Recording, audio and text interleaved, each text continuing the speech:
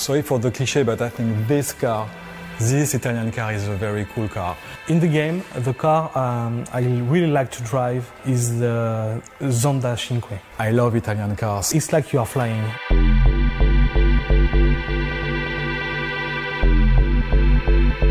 One of the decisions we had to take when we started Test Drive Unlimited 2, it was do we keep the old racing engine or do we develop a new one? And because we have been a little bit frustrated by the first one and we couldn't deliver the experience we wanted, we decided to rework and to recraft from scratch. For this game, it was quite important how we balanced the handling out. So it's always been about this kind of balance between arcade and simulation handling. And we'd kind of reworked the whole handling to kind of achieve the aim of upgrading this for the new game.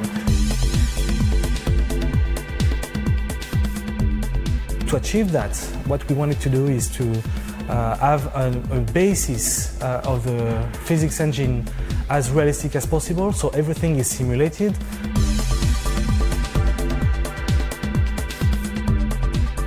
With this new handling, you can drive classical car, you can drive small power cars and very high-end cars like those ones. With this type of cars, it's the most difficult elements that the player will have to deal with is to judge how much power do I transfer to the car. And this is something we add assistances for the player to be more comfortable with. Of course, when it's raining in TDU2, the roads get wet and the handling taking account this parameter.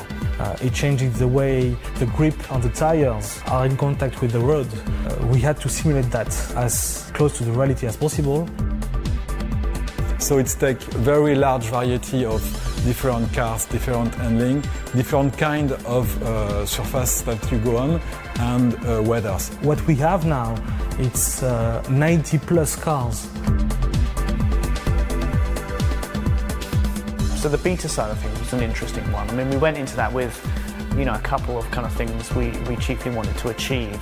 When you are developing handling, you are too close to it to judge it. Really, there's nothing like actual players, a multitude of different configurations, playing it in a multitude of different ways, all at the same time, going wherever they fancy rather than where we tell them, to really know how the game will perform. We have so many fans in this game that make a really, really good work, that answer our questions, make very precise feedbacks on bugs, handling, everything that counts in the game. The other big thing for us was just trying to push up how many people were playing the game at the same time.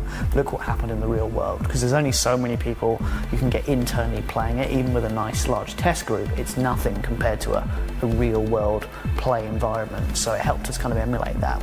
And the good things about Test Drive is that it's a game that we will stay with the community together and continue developing. You know, we've put our heart and souls into this game for the last few years, and we've been working with many of the fans out there to try and get it exactly right and on the nail, and we're all very excited that it's going to be coming out soon. What we are sure is every player will find his car.